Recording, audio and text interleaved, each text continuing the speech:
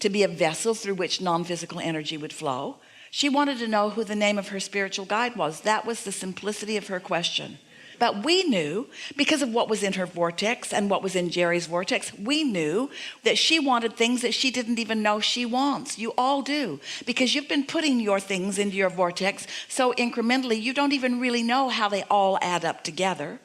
You want to live happily ever after, and you want to be an uplifter. But Esther was not asking for this. She wasn't asking for this consciously. She was asking for this vibrationally. Like you, she likes to have fun. She likes to be an uplifter.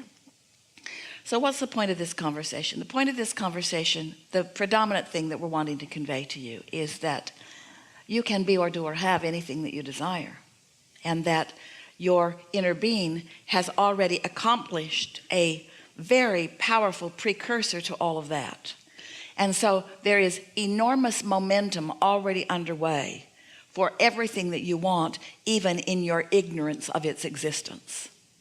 And when you quiet your mind, which contains those ignorant, and we don't mean to be disrespectful in that, we just mean when you quiet the part of your mind that doesn't believe in yourself, when you quiet the part of your mind that disrespects yourself and others, when you quiet the part of your mind that believes in badness rather than goodness, when you quiet the part of your mind that is in the way of all good things, and in the quieting of that part of your mind, you allow yourself to access who you really are.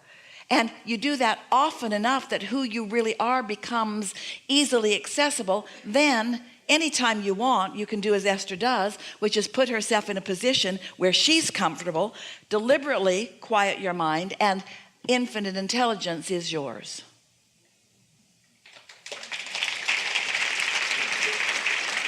It is not a big thing. It's a normal thing. It's what you came knowing that you are. When you were born, you didn't say, I will go and I'm on my own. You said, I'm going, you all coming? Yeah. And we all said, yeah, we're coming.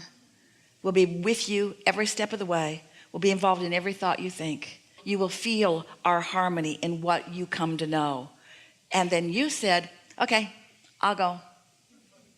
And you said, and I'll mix it up with stuff, and I'll think of new things to ask. And we said, we're counting on that. That's the reason that you're going.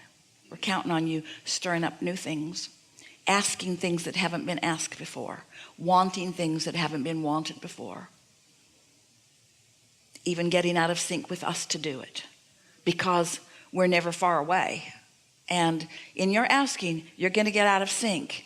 But when you come back into alignment with the solution that your problem has caused you to reach for, it'll be a big celebration. And so that's what it's all about. There's nothing serious going on here. There's nothing unusual going on here. There's just Esther in her physical body syncing up with her non-physical partners in crime.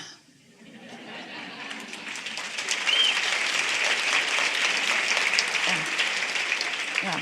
And by the way, living happily ever after, which is the whole point of it. Living happily ever after. Here, there, doesn't matter where. Once you have control of your vibration, you live happily ever after. And there's no reason not to pretty quickly get control of your vibration if you are willing to accept this one simple premise. When you feel good, you're in alignment, and when you don't, you're not. And if you're not in alignment, then get into alignment somehow, even if you have to quiet your mind. So I'm good, except can I play just a little bit more? Whatever you want. Well, here's the thing. So the words that I hear from my father, who's more alive today than he was when he croaked 4.5 years ago, he just is. But I always hear him saying, and I've heard him since I was a child, when he says it with these vibrational chords, he would say, stop broadcasting when you ought to be tuning in. And I often am broadcasting in my mind when I need to be tuning in and quieting myself. And so be aware, because here's what he's saying to you now. You are remembering his human words, and so you're misunderstanding what's coming to you now, because he's not saying stop broadcasting until you're tuning in. He's saying now you're tuned in, start broadcasting.